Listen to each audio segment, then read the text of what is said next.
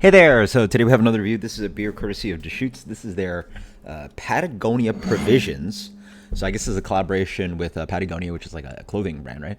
Made out of Deschutes out of Oregon. And this is their non-alcoholic organic IPA. So bright and citrusy, brewed with Kernza. So Kernza is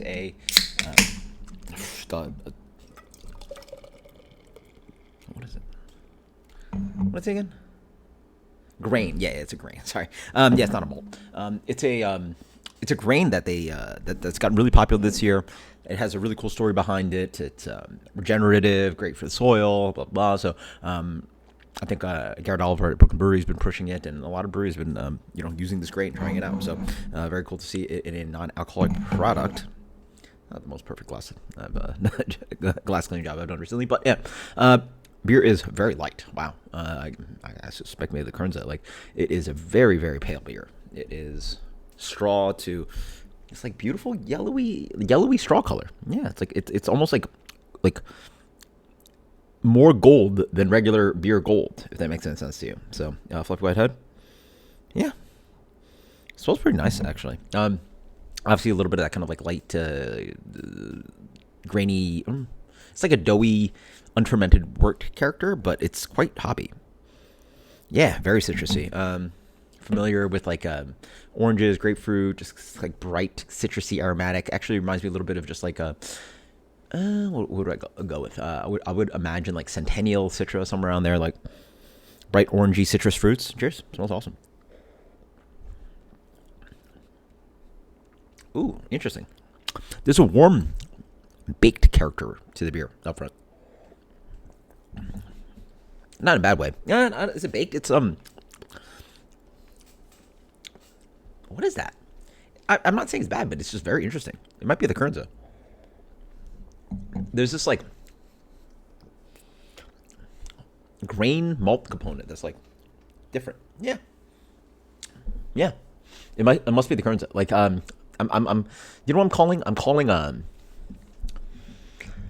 ooh, glutinous rice. There you go, glutinous rice. I just for the first time made mango sticky rice, which is a Thai dish with the kids, and it has this kind of like sticky rice character. If you have a better analogy, maybe it's not even a great analogy, but Chinese congee. Like it has a rice-ish kind of character to it. Yeah, a little bit of that. A little bit of like Rice Krispies, a little bit of this like rice thing going on.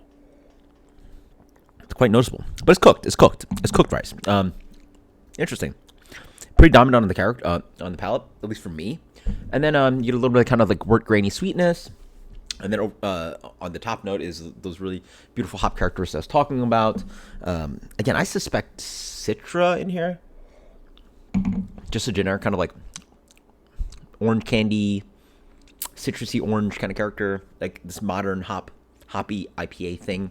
It's pretty complete of a beer, I will say. Like there is a length of like hop flavor transitioning onto that kind of like interesting kind of like I think it's a Kernza, but like this kind of like cooked rice thing going on, along with that light kind of a grainy malt character onto that kind of like wort sweetness kind of thing. It has a decent mouthfeel. Yeah. As I drink it more, it sort of reminds me of a little bit of like early hazy pale ales, like now before they got chunky and hazy. Really, really I'm thinking of not quite hazy, but I'm thinking about I forgot the name of the beer, but Peekskill's famous. I think it was a Galaxy Pale Ale or their Pale Ale, because you used to. Well, now he's the owner of Industrial Arts, but he was at Peekskill, and then before that he was at Ithaca, and creator Flower Power. The name flies out of my mind right now, but also reminds me of early kind of Treehouse Eureka and Trillium 4 Point. Not that again, it's not like a hazy pale ale, but it just has characteristics of a light bitterness, high hopped, high aromatic, kind of lightly doughy malt kind of IPA thing or pale ale hoppy thing that used to exist. Honestly, I'm liking this. The more I drink it, the more I tend to like it because it just has this kind of like extra oomph of like malt complexity up front. It does have a nice bitterness too, as I mentioned, as I wait. It has like not a full, but for a hoppy. I mean, they call it IPA, but I would call it like a hoppy pale ale, Nene. It has a lot of character. I would argue it probably has a little bit more character than the Athletic Free Will. At least I think that's what it's called, the Athletic IPA. Complete package for an NA beer. Wow. I think a lot of people would have guessed this beer was like a low alcohol beer, like 3-4%, but it is a solid non-alcoholic. Yeah. Wow, really good. That's easily one of the best hoppy NA beers I've ever had. So therefore, A plus. It's a fun one. It has a lot of like, again, what you're looking for are ways to make